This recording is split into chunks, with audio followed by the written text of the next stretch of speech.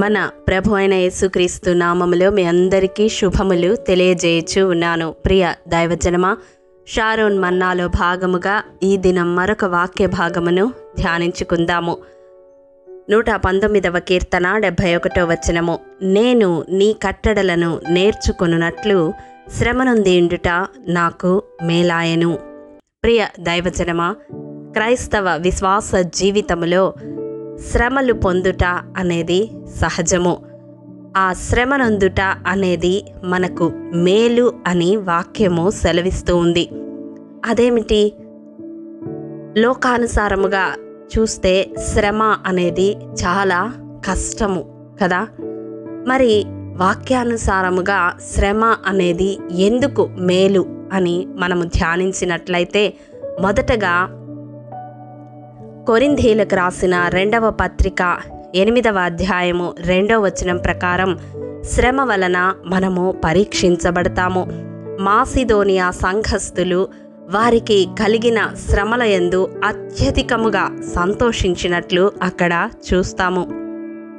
రెండవదిగా తిమోతికి రాసిన 2వ పత్రిక 2వ అధ్యాయం 3వ వచనం ప్రకారం శ్రమ అనేది మనకు జీవితంలో పోరాటాన్ని నేర్పిస్తుంది.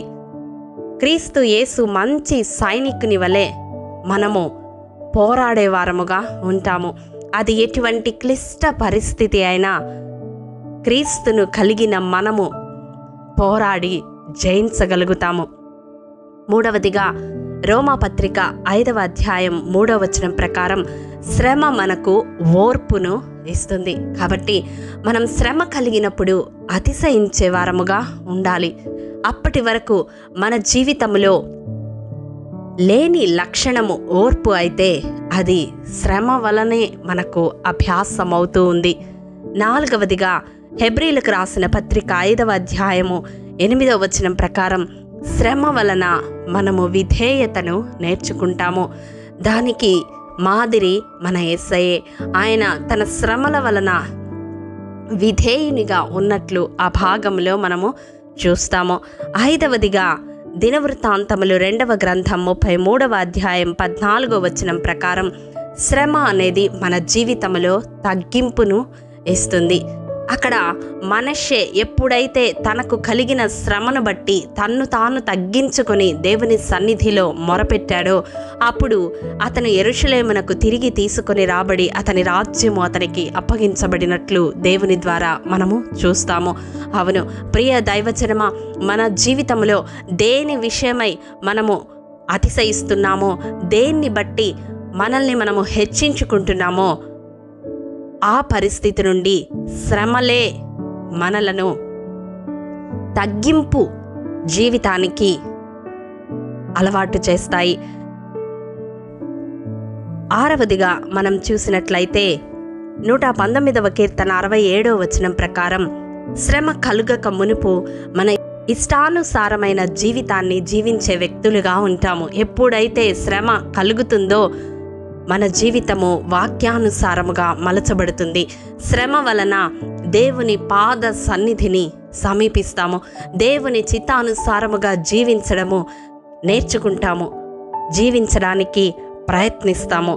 చివరిగా 7వదిగా మనం చూసినట్లయితే పేతురు రాసిన మొదటి పత్రిక 5వ అధ్యాయం 10వ వచనం ప్రకారం శ్రమ మనలను పూర్ణులనుగా చేసి స్థిరపరచి బలపరుస్తుంది. అవును ప్రియ దైవజనమా, మన జీవితంలో శ్రమ సంభవించినప్పుడు మనము స్థిరులముగా ఉండడం నేర్చుకుంటాము. దేవుడు మనలను బలపరచి ఆ శ్రమ నుండి విడిపించి మనలను పూర్ణులుగా చేస్తాడు. అంత మాత్రమే కాదు, నిర్గమకాండం 1వ అధ్యాయం 12వ వచనం ప్రకారం శ్రమ కలిగినప్పుడు మన జీవితము విస్తరించబడుతుంది, మన సరిహద్దులు విశాలపరచబడతాయి. దేవుడు మన పట్ల చేసిన వాగ్దానము నెరవేర్చబడుతుంది. చూడండి, ఆనాడు ఐగుప్తీయులు శ్రమ పెట్టిన కొలది ఇశ్రాయేలీలు విస్తరించారు. అవును, అబ్రహాము, ఇసాకు, యాకోబులకు దేవుడు చేసిన వాగ్దానము వారి సంతతి వారు సముద్రపు ఇసుక రేణువుల వలె, ఆకాశ నక్షత్రముల వలె విస్తరింపబడతారని. ఆ నెరవేర్పు ఐగుప్తీయులు శ్రమ పెట్టిన కొలది నెరవేరడం మనం చూస్తాము. ఆ వాగ్దానము ఇశ్రాయేలీల జీవితంలో నెరవేర్చబడడాన్ని మనం గమనిస్తాము. ప్రియ సహోదరుడా, సహోదరి, నీ జీవితంలో ఈ వాక్యము వింటున్న నీవు శ్రమల లోయ గుండా వెళ్తూ ఉన్నట్లయితే అది దేవుని చిత్తమని నీవు గ్రహించాలి. దేవుని అనుమతి లేకుండా నా జీవితంలో ఏ శ్రమ సంభవించదు. శ్రమ దినమున మనము కృంగిన ఎడల చేత కాని వారమవుతాము. కాబట్టి మనకు శ్రమలు కలిగినప్పుడు ఆ శ్రమ నుండి మనలను విడిపించడానికి మనతో కూడా దేవుడు తోడుగా ఉన్నాడని మనం గ్రహించాలి. ఆ శ్రమ మన మేలు కొరకే, దాని వెనక ఒక గొప్ప ఆశీర్వాదము దాచబడి ఉన్నదని మనం గ్రహించాలి.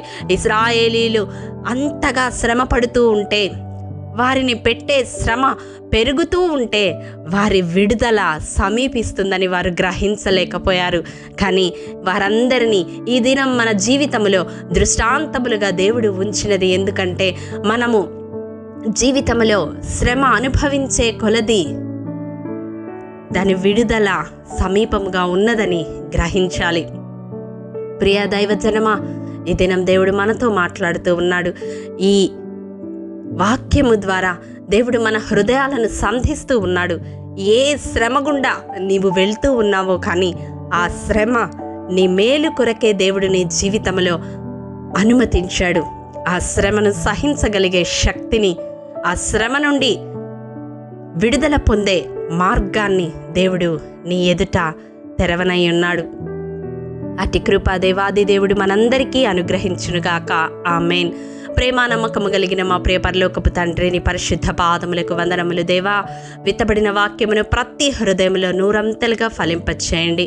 మా జీవితాల్లో శ్రమనందుట ఎందుకు మేలో మీరు మాకు బయలుపరిచిన విధానమును బట్టి మీకు వందనాలు, స్తుతులు, స్తోత్రములు. దేవా, ఈ వాక్యము వింటున్న ఎవరైతే శ్రమల కొలిమిలో నలిగిపోతూ ఉన్నారో అటు వారిని మీ హస్తాలకు సమర్పిస్తూ ఉండగా నజరేయుడైన యేసు శక్తిగల నామములో వారికి విడుదలను దయచేయమని యేసు అతి పరిశుద్ధ నామం పేరట అడిగి పొందుకొని నాము తండ్రి. ఆమేన్. ప్రియ దైవజనమా, అనుదినము షారోన్ మన్నా ద్వారా అడగబడుచున్న నెంబర్ ఇన్ బైబిల్ క్విజ్ ప్రశ్నలకు సమాధానములు ప్రతి నెల మొదటి వారము కామెంట్ బాక్స్లో పోస్ట్ చేయబడతాయి. కాబట్టి గమనించి మీకు తెలియని ప్రశ్నలకు సమాధానములు తెలుసుకొనగలరని ప్రభు పేరట మనవి చేయుచూ ఉన్నాము.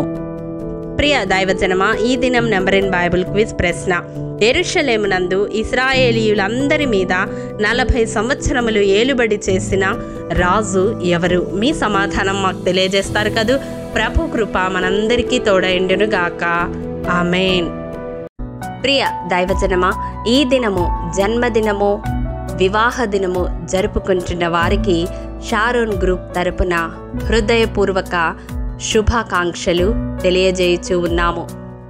దేవుడు శ్రేయస్కరమైన ఆశీర్వాదములతో ఈ సంవత్సరాది నుండి సంవత్సరాంతము వరకు మిమ్ములను నింపాలని ప్రార్థిస్తూ ఉన్నాము. ఆమేన్.